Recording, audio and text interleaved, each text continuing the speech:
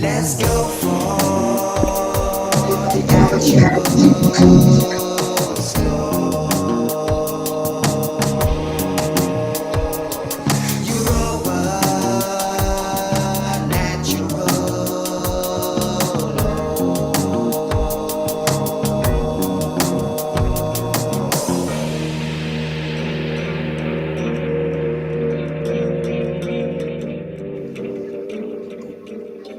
Yo, yo, yo, yo, yo, yo. How's everyone doing? We're here, Europa Natural Law. We're here to chat about morality. Seems to be lots of background now. I hope you can hear me. I can also hear someone listening to the. I think someone's listening to the show. How's everyone doing? We're here, Europa Natural Law. We're here to chat about morality. Seems to be lots of background now. Confusing. Hear me? What does that mean? I can also hear someone listening to the. I think someone's listening to the show. How's everyone doing? We're here, Europa Natural Law. So, okay, is anyone here listening to the show? I think we fixed it now. No, wait. No, we have. No, We've got a delay on you for some reason. Okay, seems to be fine. So, hello everyone. First things first, like the video. Subscribe if you haven't subscribed. Go and do a comment right now. Tell the algorithm to, boost us if you like what we're doing. And what we're doing is talking about morality. And massive subject, another massive subject.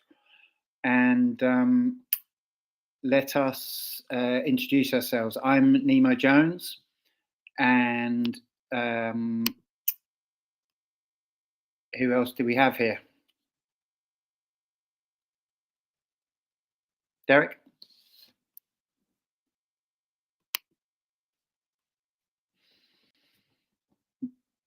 You're muted, bro.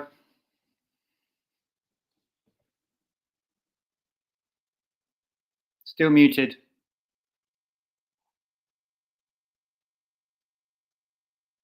All right, let's go somewhere else while you figure that out. Hey, I'm Oscar, and yeah, this is the kind of things that happen when you're live.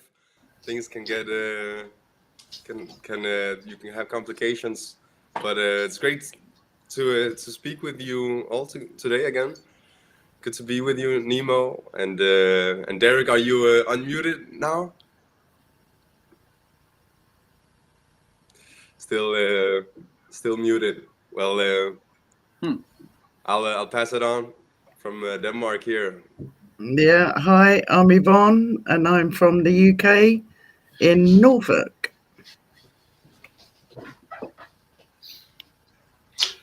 Hi, I'm Tommy, Scotland, Glasgow. How you doing? Yeah, good.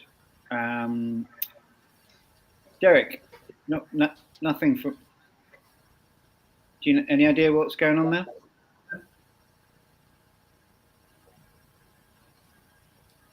Okay, we'll have to carry on while you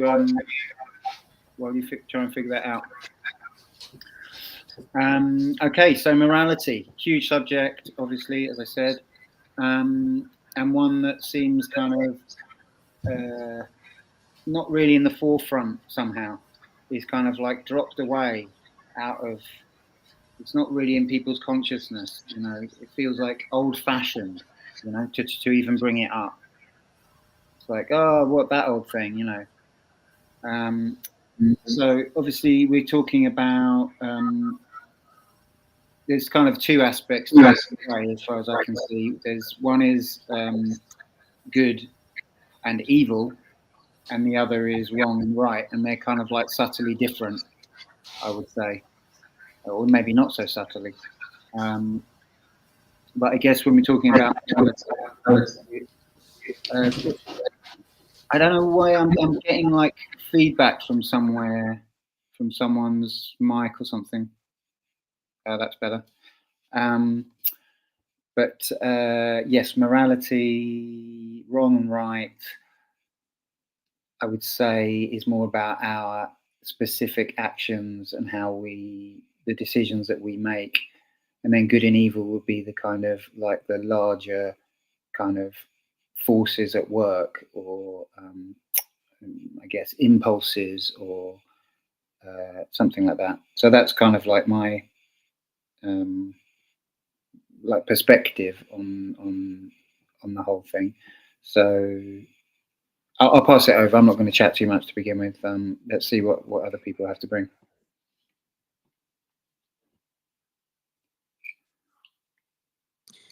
I'll tune in. I think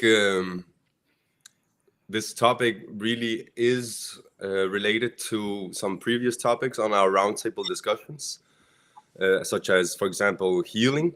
I really do think that our perception of morality is influenced by our health, or like our psychological health, and if we are traumatized and we don't process that trauma, I think it's possible for us to kind of get like a warped perception of morality and feel like that things that are unjust are somehow justified, and things that are immoral. Sorry, yeah, I said that. Yeah, then things that are immoral are suddenly okay, you know, and we see that like where people maybe have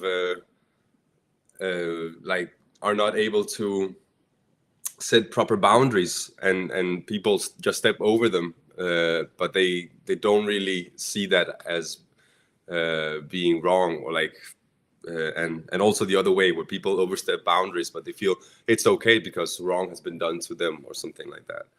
And then I also I think it's also really tied in with the topic we had last roundtable discussion, where we spoke about objective truth.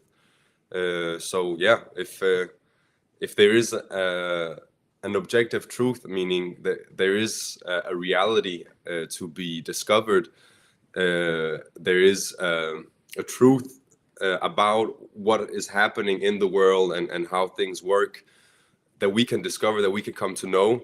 Well, the same actually does hold true for morality. And with morality, if I was to define it, I would say it's all about the difference between behavior that results in harm, that is the initiation behavior, that is violent because it violates the rights of others. We also spoke about rights in a previous roundtable discussion, and yeah, that's how I would define morality. That it's a quality of behavior where you can differentiate between morality and immorality, being the difference between actions that is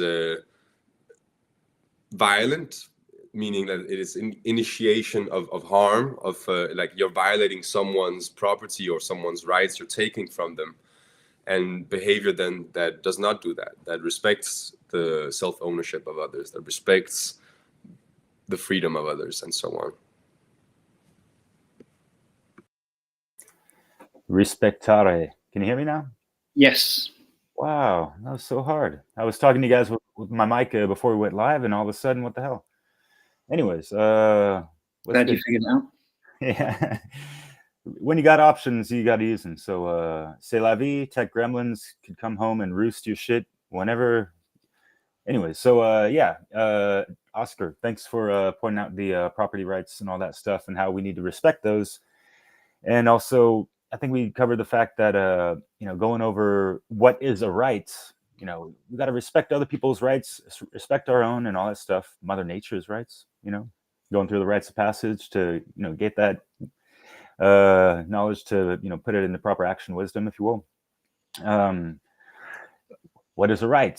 Sometimes these things can be better explained apophatically, meaning to describe anything that is not a right, because there's tons of that stuff. And so we can look at it the same way of what is immorality, what is immoral, and we could just ask questions and answer those, and come to some pretty revealing truths about it all. Like what initiates harm upon other people, what, you know, violates their well-being, and those things.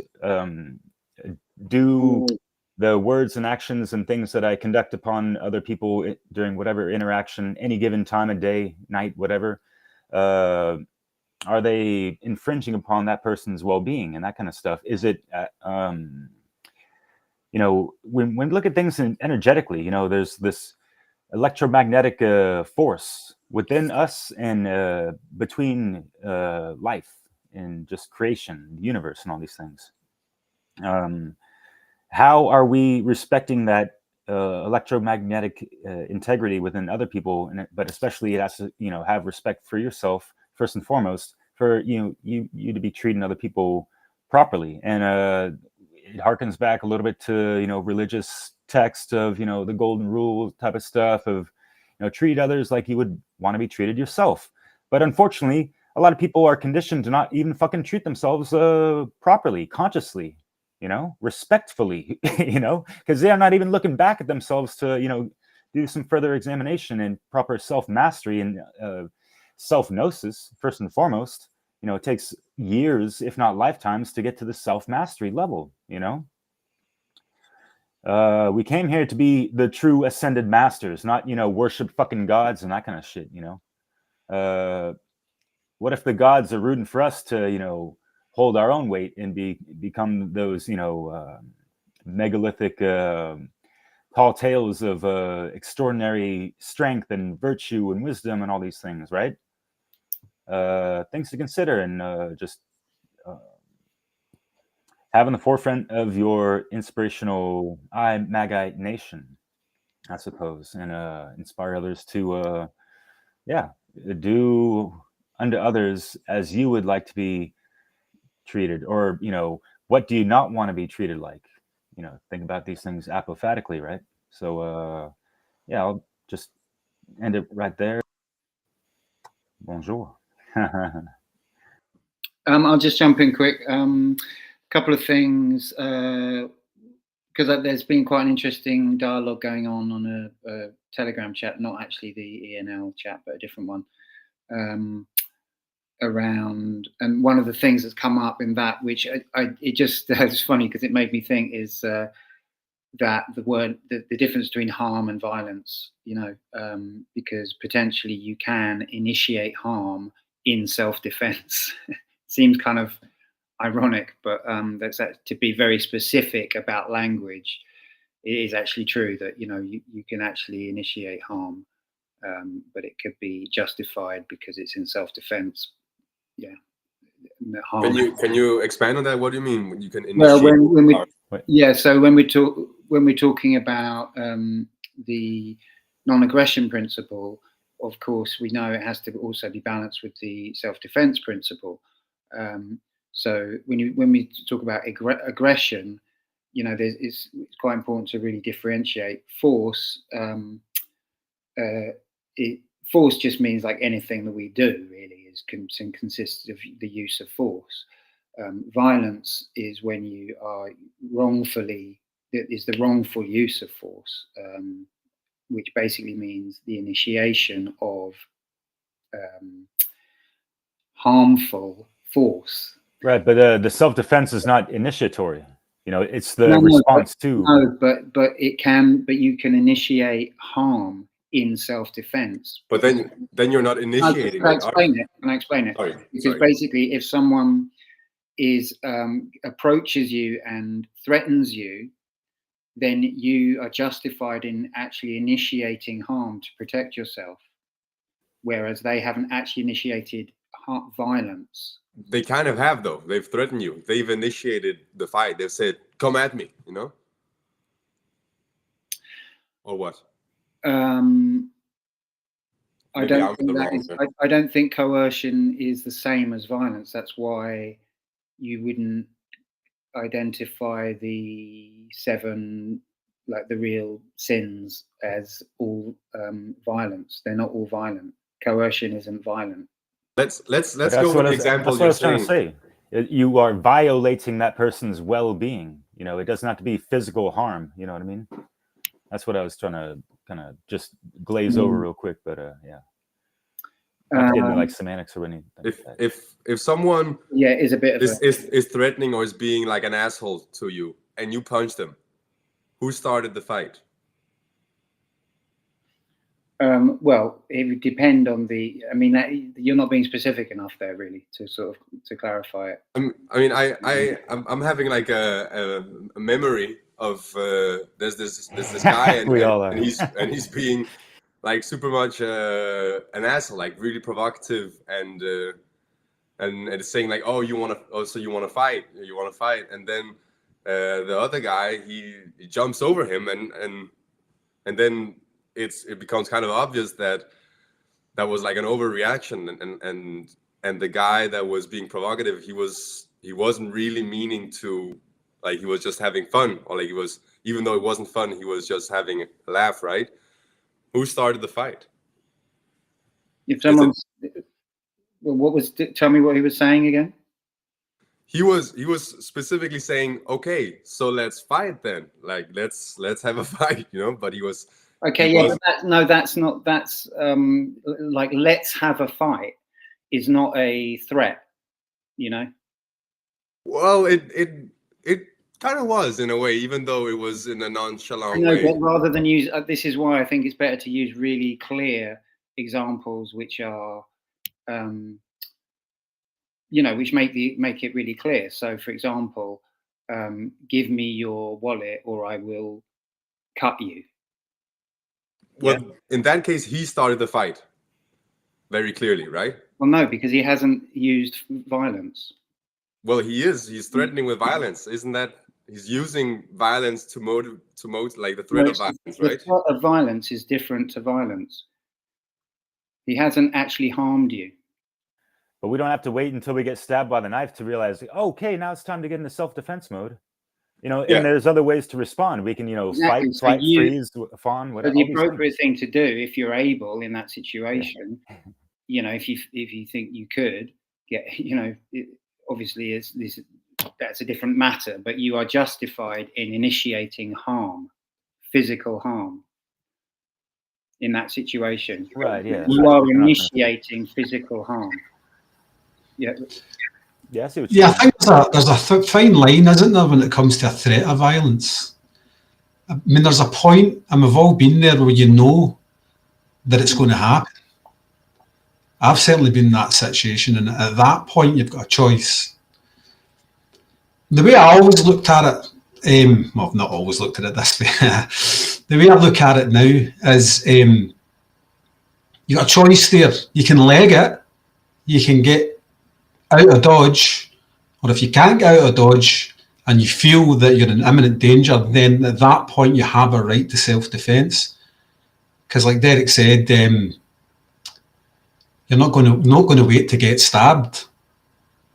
Now, if you're certain that's going to happen to you, that's like self-defeating, isn't it? To wait to get stabbed or to wait to get punched in the face. But if you get the choice, people might say this seems cowardly to run away, but it's not really, because you have got a choice not to enact violence on anybody and not to have violence enacted on you. Then do it. And it's something that I do a little bit of martial arts, and that's what you get taught. You get taught, like, get out of there. Only initiate fists as a last resort. But if you have to do it, you have to do it. You know. I think I have a problem with saying that self-defense is the initiation of harm, because if I'm making a threat of violence, then I'm taking your ability to go about your day unbothered by me saying, give me that, I demand it, you know. I'm overstepping a boundary there. I'm initiating an aggression there, and therefore your reaction to it cannot be the initiation of harm. I've as the aggressor, I've initiated it. What? Say that again, Oscar. It bothers me to define self-defense as the initiation of harm, or like saying that It's not necessarily. No, we're not doing that, but we're saying that you have a right to self-defence, right? And if you think you're in imminent danger, it's at that point, and there's nothing else you can do, and you initiate the violence. It's you're not initiating the violence. You're not initiating the violence. You're taking self-defence at that point, but it does involve force. and But the other person the only way I can defend myself, or like I can call it truly defense, is if someone started it, if someone initiated, right? And I'm defending myself, but you can see how it easily can become like actually not truly self-defense if I'm saying, well, I feel like I'm in danger, so I'm gonna initiate this harm because this person is making me feel uncomfortable. But that is self-defense. If you're 100% sure that if I don't do something, I'm the one that's going to get hurt here, I'm the one that's going to be aggressed upon, then you take the action first. That's self-defense, Oscar. That is self-defense. Why would you wait, as Derek said, to get stabbed?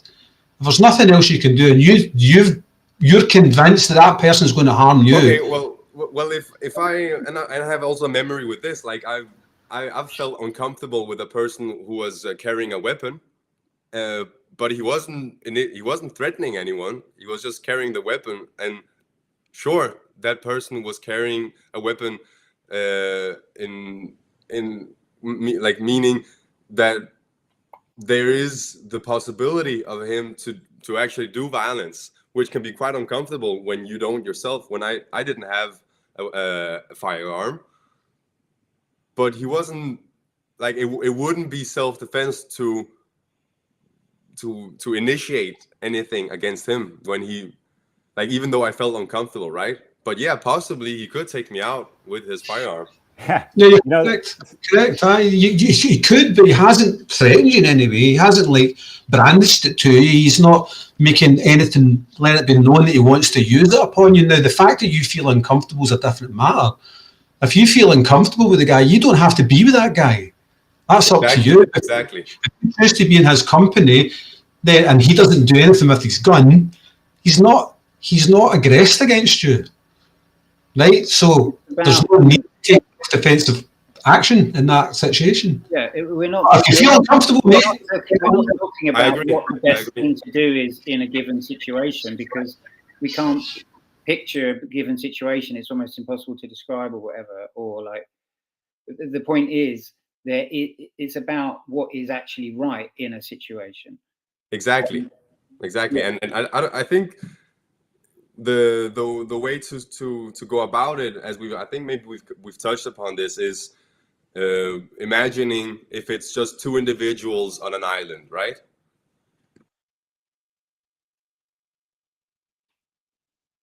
Yes. Like imagining like for example,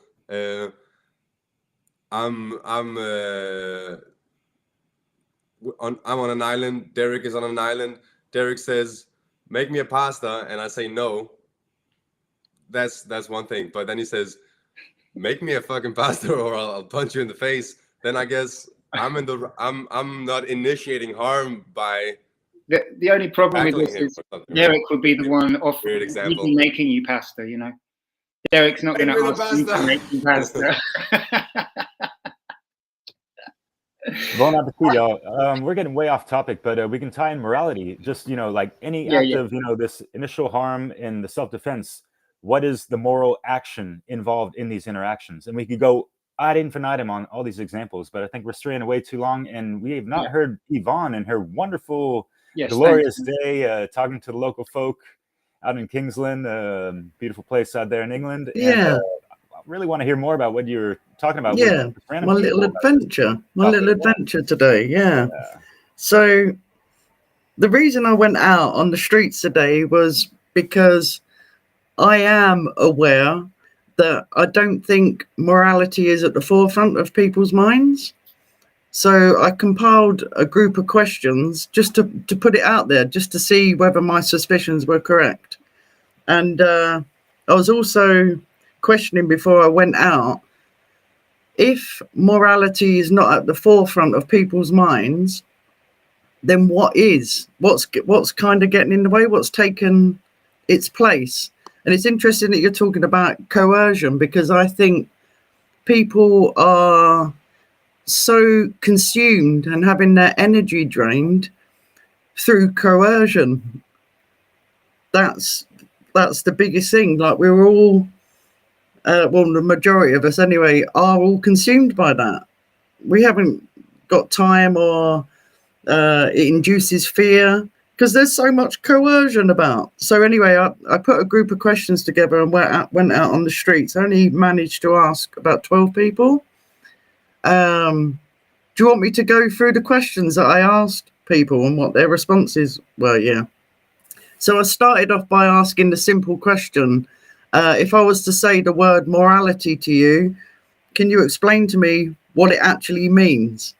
And out of the 12 people, I'd say 10 of them were pretty spot on. They knew that it was basically right or wrong action, good or bad behavior. They kind of got that correct.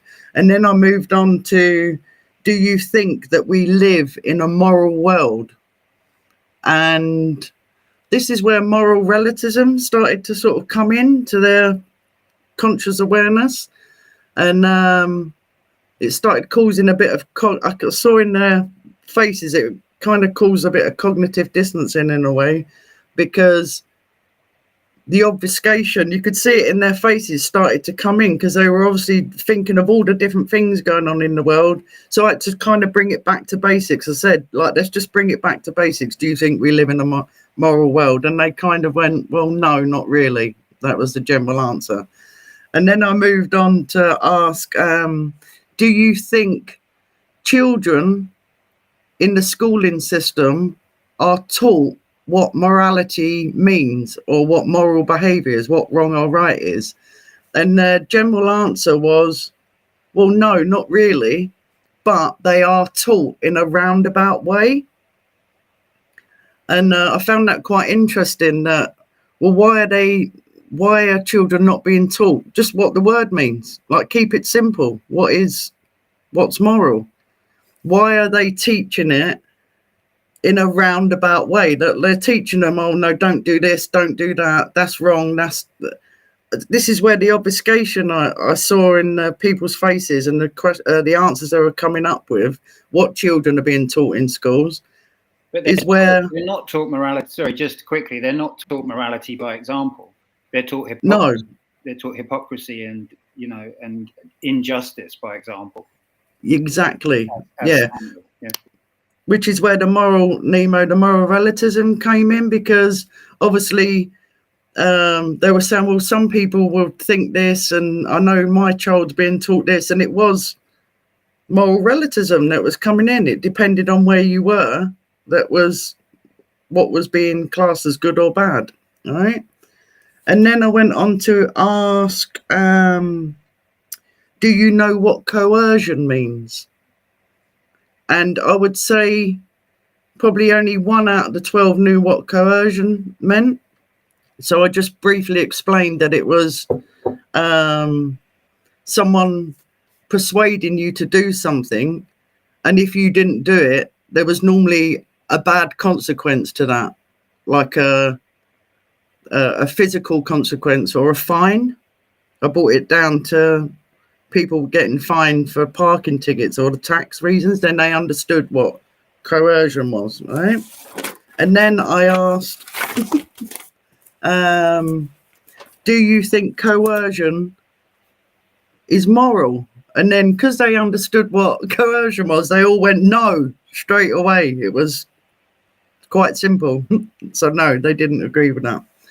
And then I said, do you think that the institutions in our society and government use coercion? And they all said no.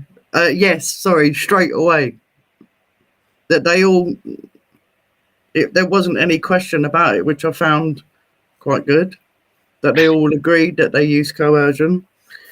And then I went on to ask, out of all the thousands of legislations, say just in this country, for instance, do you think they're actually working in making our world a moral world? And they said, well, no, they're not. And I said, well, let's bring it back to basics then, and just go on the basic principles of do not harm or do not steal. Do you think that that is a better way forward if we all learn just that simple and all practice those simple basic truths? And they went, well, yeah. So anyway, then I moved on and asked, do you as an individual feel as though you are capable, without anyone telling you, to live a life that doesn't cause anyone any harm or doesn't steal? And they went, yeah, absolutely. So then I asked, well, do you need someone else to tell you what's right or wrong then in all these legislations? And they went, well, no. So then I moved on, just let them think about it for a little while. And then I said to them, I kind of started to round it up and said, the next time you have dealings with another person or an institution, are you going to question whether it's moral? And they went, well, yeah, I will be from now on. And I said, do you feel as though you have a moral obligation to speak up and inform the other person or the institution that their behaviour is immoral? And they went, well, yes, I'm gonna. And I said, what do you think the consequences are if we don't start speaking up? Are we going to have, are things going to get worse or are they going to get better? And they said, well, no, they're going to get worse. And yeah, most of them, bar two, went away and said that they really enjoyed that conversation, and it's really made them think about what morality is. So I think it was a good exercise to do. I'm curious. Yeah, sorry. No, that's it. I'm curious about the two. Oh yeah, that was a really strange one. They were really engaging until I got to the question of coercion. And then they completely got defensive and turned their back on me. And I went, oh. I said, you don't want to carry on anymore? I said, you don't have to. And she just turned around to me, gave me a really filthy look and said, I will be answering no more questions. And I just thought, I wonder what the trigger was there. Fucking hell. So yeah, but everyone else, it was... Wow. I was really quite pleased that they were quite open and they seemed to really enjoy engaging. I suppose it comes from the lockdown. No one really speaks to each other anymore on the streets, you know. And they really appreciated it. Right on. Cool. Nemo, you want to take it from here? Yeah, well, my mind's going all over the place because I've got people commenting as well. So just to sort of go back to the sort of slight tangent that we were on, you know, there is an argument, morally speaking, this is from Thelema, that, you know, if someone is violating your rights, they forfeit all of their rights. That's very extreme. If you think that through, it's very extreme, but there is a kind of moral argument for it, you know. It's quite a strong moral argument. So yeah, I've said it basically. But a great example, yeah. Yeah. So in other words, basically, you know, if someone is coercing you, you know, or lying to you, these kind of non-violent, you know, let's say offences, then according to that idea, they have no rights left at all. So you how you respond to that violation of your rights is really up to you. You could kind of do whatever you want because they have no rights left. They've forfeited all of their rights in treating you that way. It's actually a really strong argument, even though it's like very intense and kind of a lot to sort of take on, but it's like it's really worth thinking about, I think. Anyway, yeah. So that was just to. I think it's okay to go back and discuss what we were speaking about before, because the topic is just morality, and another way to define morality is to say that it's whether or not behavior aligns with a standard, right? Some principles. But are those principles objective? Is the standard made up by us? Is it relative? That's how it ties into the conversation we had last time, where we're all we all agree that perception does not determine truth, that reality is independent of our subjective preference or opinion. Well, I think we should from that also be kind of strict in the same way and say, well, the same is true for morality.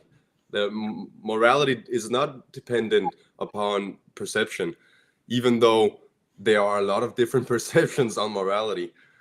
There can be no doubt about that. I think we can go back to that question of, is self-defense the initiation of harm? As in, like, are you beginning it? Because then I think it becomes unclear, when is it self-defense?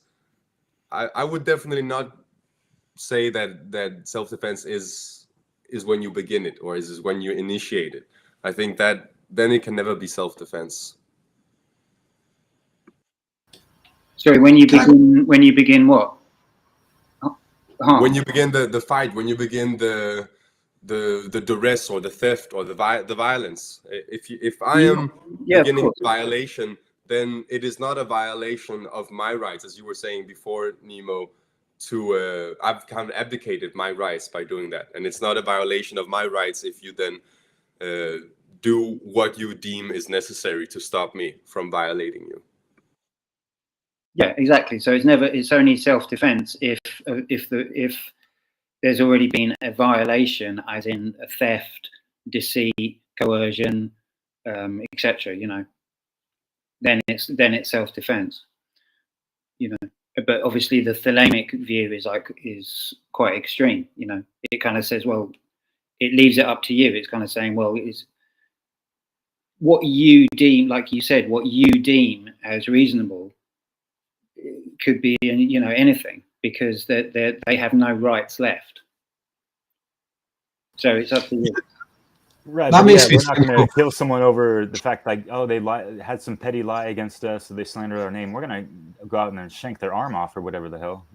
So yeah, it's going back to what I was saying. Like, if you think of things in terms of energy and the electromagnetic field that we all bestow and all this stuff, we can, it's about like reading the room, reading people's energies and all these things, and having the activated intuition, to do these things is paramount. But it can fall into slippery slopes. Like, oh, there's people that are so easily offended that they have these terms like microaggression. So they're gonna start, when the victim, and I'm talking about terms of this ostensible victimhood mentality becomes the victimizer type of thing, then it becomes like such a slippery slope of nuances and stuff, and this moral relativity stuff. But there are some really key components to what you mentioned, Nemo, in regards to thelema. That's pretty cool. But it seems pretty extreme, like you said, right? But yeah. Well, the thing is, I think if you really understand that principle, I actually kind of feel like it takes you to a place that's it actually takes you to heaven. Like, if you can really understand that, then you're inhabiting a world where there are no violations happening. That's the world where that makes sense. And then I was going to comment on that, Nemo. When you were talking about that thalamic dictum, it made me instantly think of Lex Rex, the law is king. Yeah. And it also made me think of, it's the ultimate, if people did all have that approach to it, it's the ultimate assurance that everybody would act morally. And therefore, like you're saying, it becomes, is heaven the right word to use? But you're right, though, because nobody is acting immoral to anybody, because the consequences could be anything. And it also brings home the gravitas of morality as well. It's not frivolous at all to anybody anymore. It becomes like one of the most important things to being a human or being a being in the first place. You know, it makes me think of, like, I've got one American on the show here, but it makes me think about, I hear Americans talk about when they're in states where open carry is allowed. I know this is a watered down version of what you're talking about, but they always say that everybody goes out their way to be polite to everybody.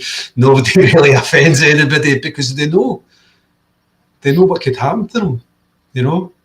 But it really does bring home how it baked into the fabric of the universe morality actually is.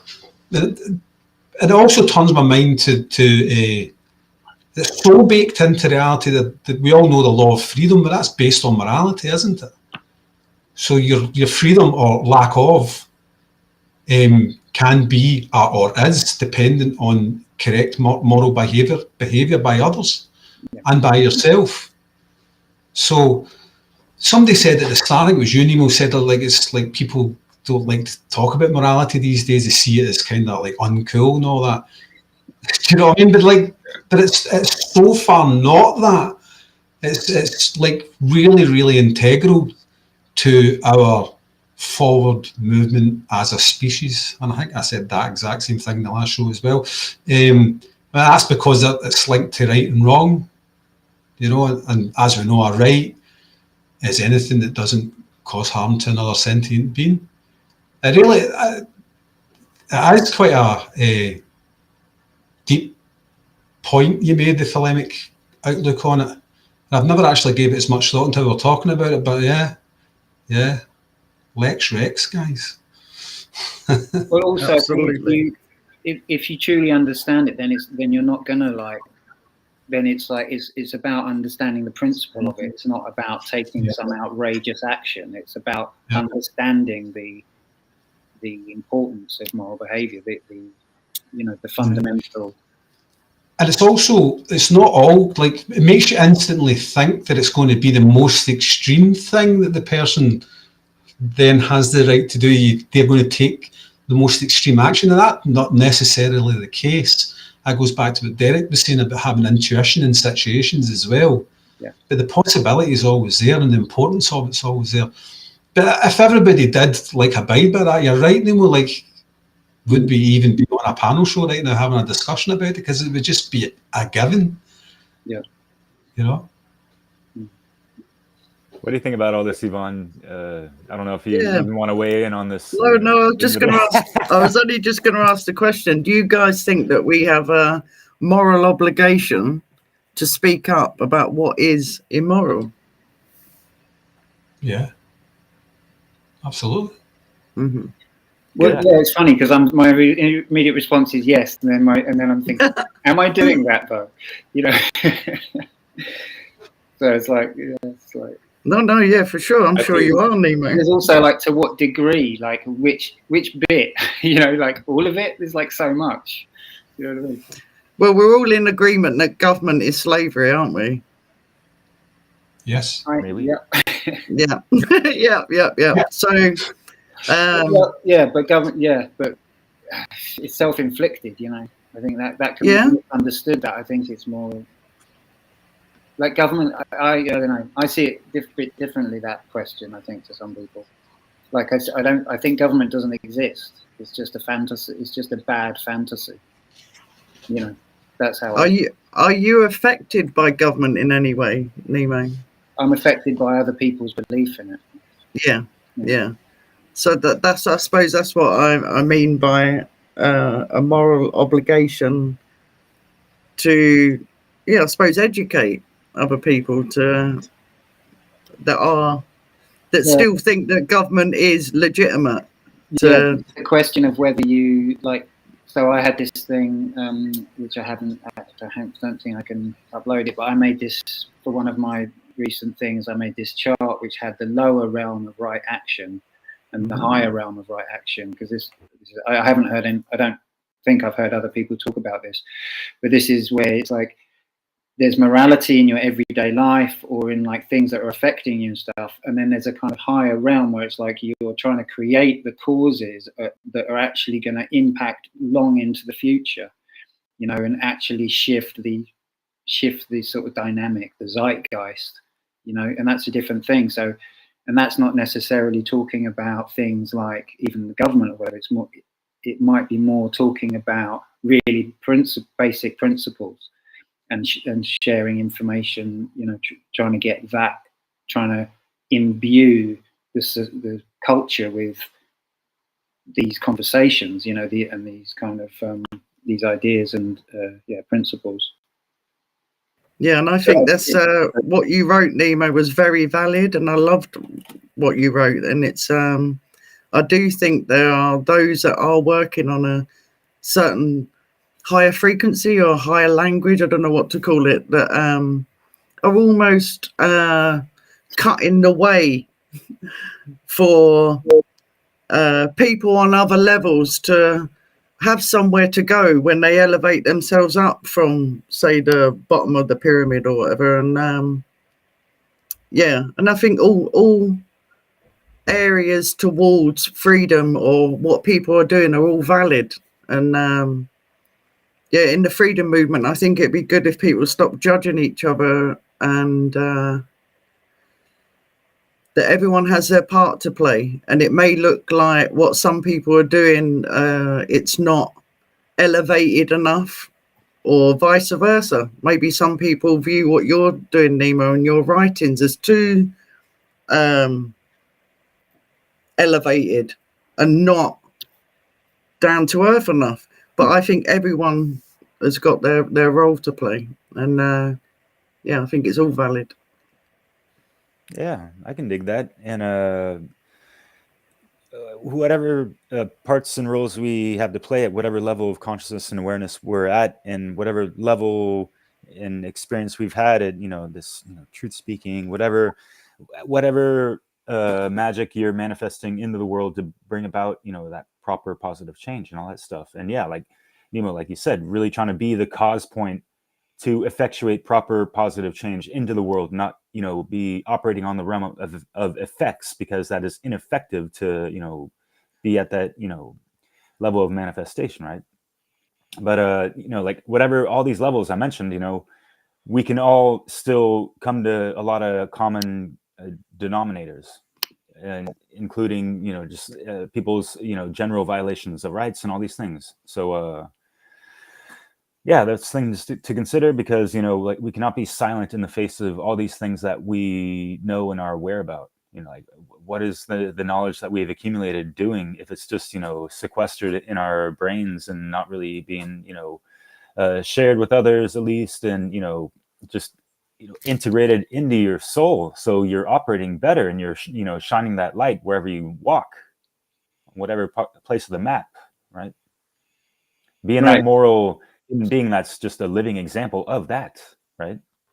And maybe, yeah, people might want to aggress you, bully you, and there might be onlookers. So how are you going to be, you know, able to master that interaction with being able to teach this motherfucker a lesson, but, you know, being a good role model at the same time? I know it sounds a little cheesy, but I hope you guys know what I mean by that. In just not losing face, I suppose, and keeping in mind that, you know, your adversary at that particular moment, they can be redeemable, and maybe they're just at a really low point in their life, and whatever the fuck, they're trying to steal your money because they're fucking broke, whatever, and you're able to just submit them or whatever, and just, I don't know, like, obviously, you know, people... I think I'd like to add on to that, because I completely agree that the character of an individual, the moral character of an individual, isn't set in stone, even though our past actions are unescapable. What we have done, we have done, and the morality or immorality of our past actions cannot be undone.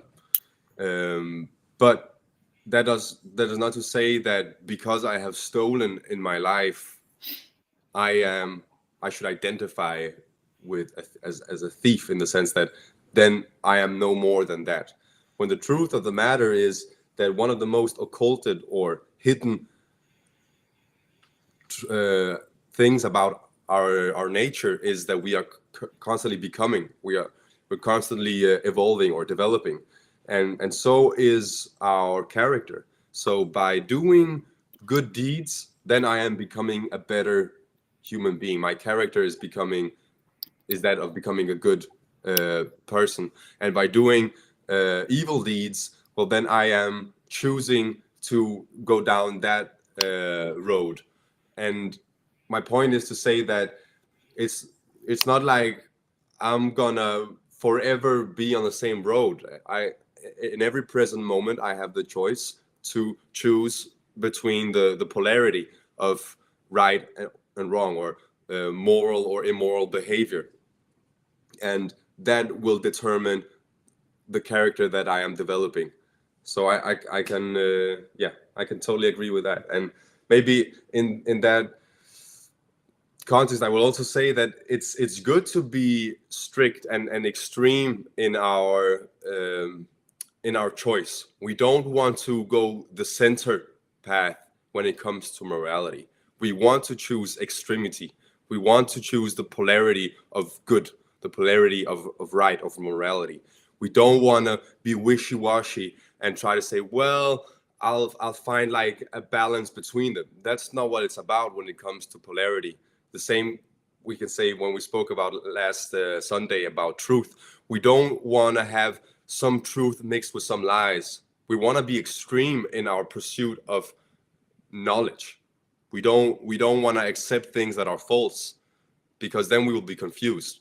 In the same way, we don't want to act in ways that are immoral, because then we'll be enslaved. I was going to say about the moral obligation question, just kind of echoing what Derek was saying, that it's about our capacity and our character, like what we can do. Like I'm not going to, like I've sort of feel like I've kind of heeded the call to sort of like step up and try and actually transmit and put stuff out onto the internet, and into the world. That's the kind of calling for me that's like quite clear. But I'm not going to like look down at someone who is spreading good vibes wherever they go and talking to people more. I'm not a particularly sociable person, or whatever, but it's just a different character thing. But someone who's doing there's different way. Everyone has different ways of doing things, of doing the great work, so the moral obligation thing is there's a kind of, you can't respond to everything, that it's impossible. I mean, life's crazy enough, without trying to take the weight of the world, every immoral thing. We're in this horribly immoral world, so you've got to like choose your battles. Exactly, and an obligation is a choice. We feel obliged to something that we devote ourselves to, whereas in duty is something where you say, well, that's my duty, I just need to do that because. Yeah. But there's no really, like, it's just a belief system, where an obligation is something, well, I'm going to keep my word. I said I was going to do this, and now I'm going to do it. And whether or not we feel morally obliged to speak up against immorality, well, that is determined by our conscience, by what we feel is right or wrong, by what, or maybe more the feeling, what we know is right and wrong. And I think it's a really great question, and it was super cool to hear about your day, Yvonne. And one of the questions I myself am thinking about throughout this discussion is also whether or not, when we speak about how one should respond to immorality, it kind of ties a bit into what you're saying. Should we speak up against it? I think another question is like, should we stop it? Should we end it? Or is it okay to walk away and secure ourselves? Because is that what we should do, right? Because when we speak about rights, we're not necessarily speaking about what one should do. Like I But have, put in the question of morality. Sorry, I'll let you go in a second. But like an example, like whistleblowers, right? They work in a, let's say they're working for motherfucking Pfizer, and they realize that how fucked up that place is. Is it moral for them to continue working there after they know? You know, I mean, it was never really moral, but the moral dilemma really dawns upon them, and imagine if they turn their back on listening to that, I guess. Yeah, I think that's where I was kind of coming from in a way. Maybe I didn't ask it correctly. Is the whole exercise today, what I was trying to achieve and point out to the people on the street was, like, do we have a moral obligation to speak up? As in, if we can acknowledge and accept that there are certain things in our society that are just fucking not right, are they ever going to change if we don't speak up? Because we become quite submissive in our society. We just accept, and it was kind of more down those lines. And there, if you think of like what is a moral livelihood, for instance, everyone is not everyone. Loads of people are, doing immoral livelihoods, and it is upholding an immoral society. So I do think that once you reach the stage of accepting that there are certain immoral things, say like in your livelihood, then you do have a moral obligation to change that and speak up and say no more. Here. Yeah, or stop doing what you're doing. Mm-hmm. What about Tommy? Well, what you were saying there, I don't think you can hide from it. It's like, if you truly come to the knowledge of what's truly right and wrong, and you truly know what objective morality is, and you're not a psychopath, right? It beggars belief to me to then not try and do something with it. Do you know what I mean? To try and propagate it to other people so they can learn it too. Because a lot of people are doing immoral things because they don't understand what's right, what's truly right and wrong, and what's true. And they're all like thinking morality is subjective. And I mean, it's a spider's web, because they all believe in authority, and then so they look to government. It's that rabbit hole we've all been down. But if you come to the point that we're all at just now, is it up for question? Like, if you know what you're doing, say the livelihood question, if you know that's immoral, is it? It's not. To me, it's not up for question. You've got to stop Absolutely it. not. Absolutely not. No. It's like someone talked about, like, walking the path. Like, you've kind of got to walk it like you talk it, or There's only one path. There is only one book, and the truth of morality is written in that book. There is no other book. It is the one book. It is the right book.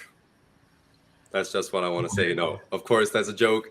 But yeah, it does my neighbor. to what you're saying, the belief in the authority of like one religious scripture, right? And it's also with the belief in authority of jurisdiction, where we think legality is morality, which thankfully your anecdotes or your stories, Yvonne, kind of opposed. They were telling us it's not completely like that. There are people who understand that legality does not equate to morality, and that is because if I just had to be a bit of pain in the ass here, I'll say it, that it's because morality is objective. Morality is objective, and legality is not. Legality it's moral relativism, and moral relativism is one of the tenets of the religion that we maybe unconsciously are born into, right? In our society, there's belief in that an action can be wrong in one place and right in another, or at one time we can make an action immoral or moral, depending on the jurisdiction, on the legality of what some people have decided. I'm going to sort of like start to wrap it up. I just show this. Can I show that link? Yeah, sorry, did I pop it up prematurely earlier? Yeah, well, I just was chatting about something else, but this was just the thing that I was talking about. So yeah, this is just the thing that I made. It's about, you know, it talks about right action, which obviously is moral action, really. So I mean, it would take a bit of time to go through the whole thing, but, you know, get a screenshot or whatever. I don't know. I just thought I managed to grab it. I'm quite impressed with myself. That's the first time I've actually done this. Anyway, that's in my that is in my What is Natural Law Substack, baby, yeah. essay series, which is on Substack. And I kind of realized that we're not in the habit of plugging our stuff, because obviously most of us here don't really have content, but like we probably should like cross-pollinate a bit more. So anyway, yeah, so I've got Substack. Go and have a look. There's stuff on there.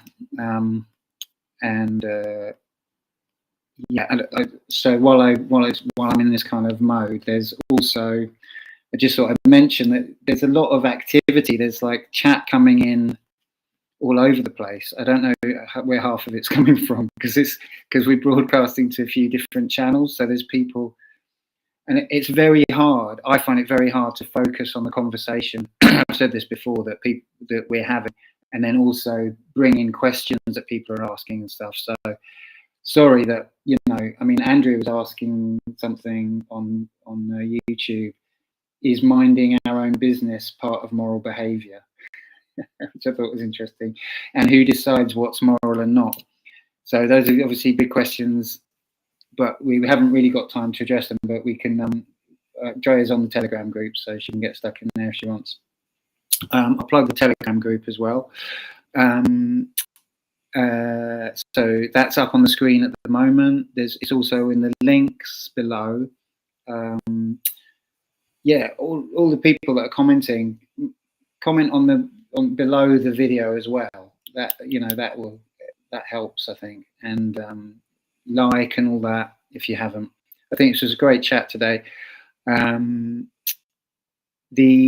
we're going to talk about next week is going to be one of the following three. Should have mentioned this earlier. We've had a vote on the Telegram group, and all the topics are really popular. A vote.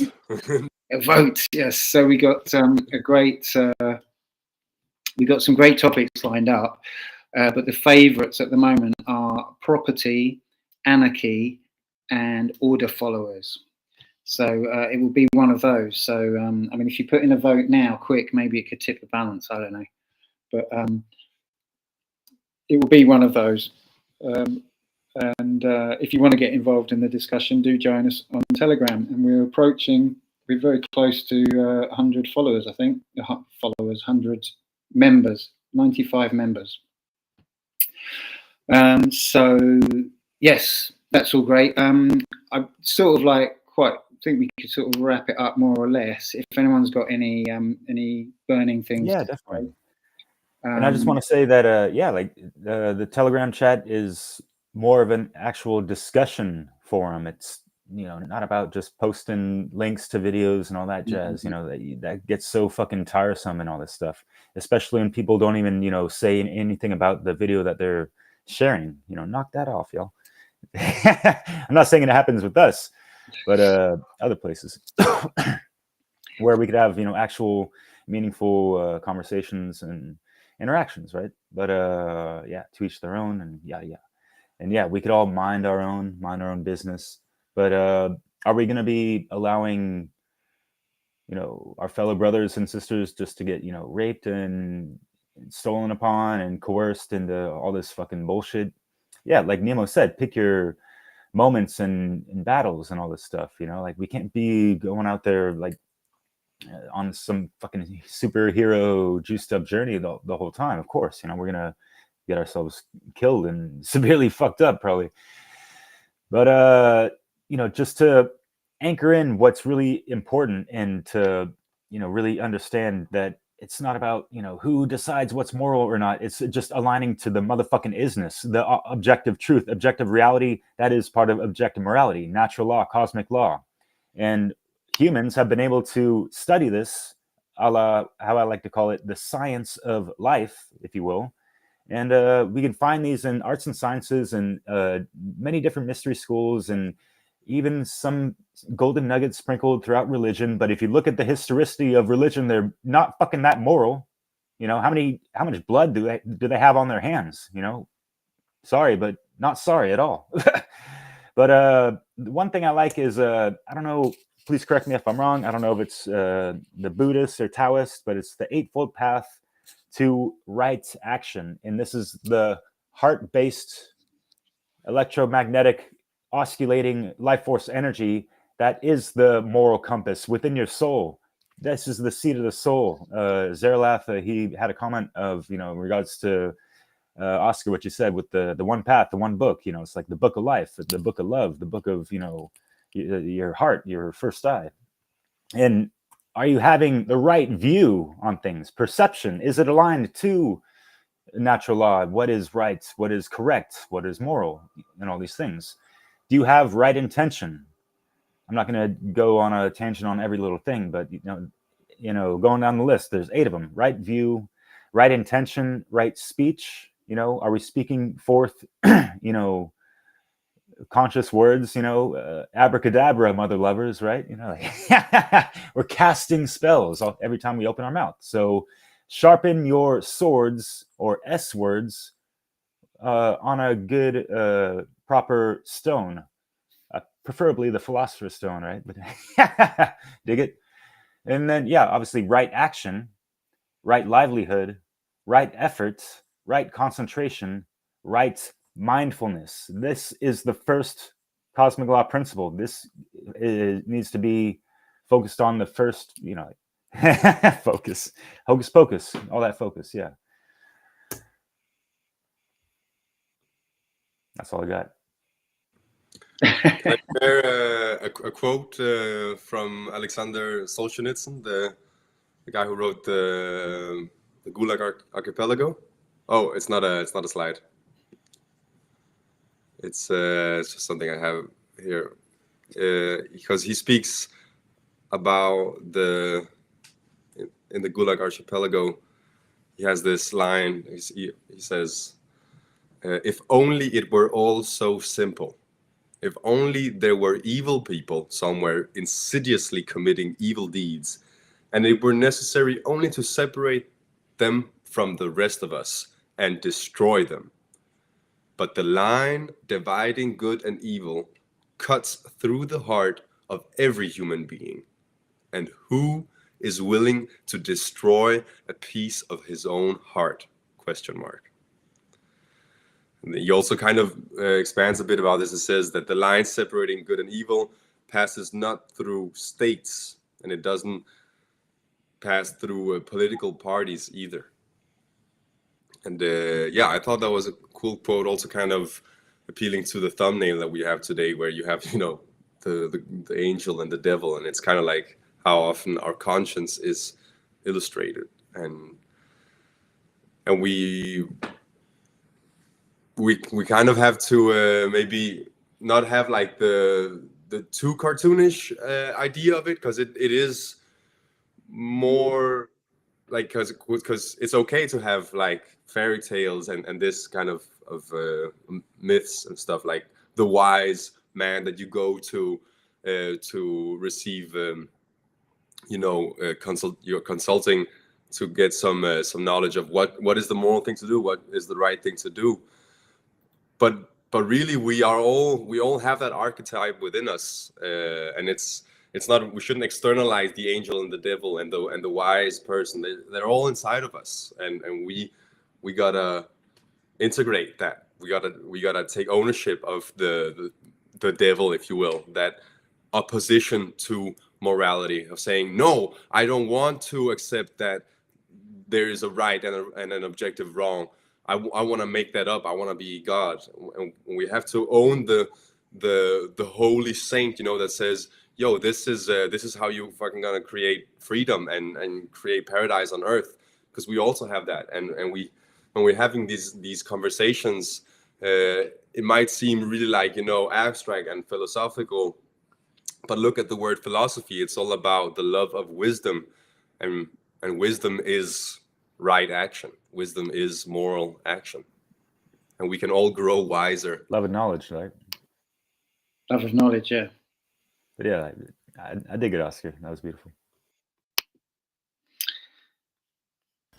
Yeah, you kind of stole there, Oscar. I was just, when you're talking about the angel and the devil, I was exactly what I was thinking. That devil has to be investigated, looked at, integrated, made to work for you. Basically what you were talking about there was shadow work, Oscar. But yeah, to become a true and whole human being, you've got to do that. And it's a great quote by Soldier Nitch. It's one of my favourite quotes. It's I love it. I love that quote. I'd just like to thank Yvonne for our field work today. Excellent. Gave us plenty to talk about. Yeah. So yeah, well done.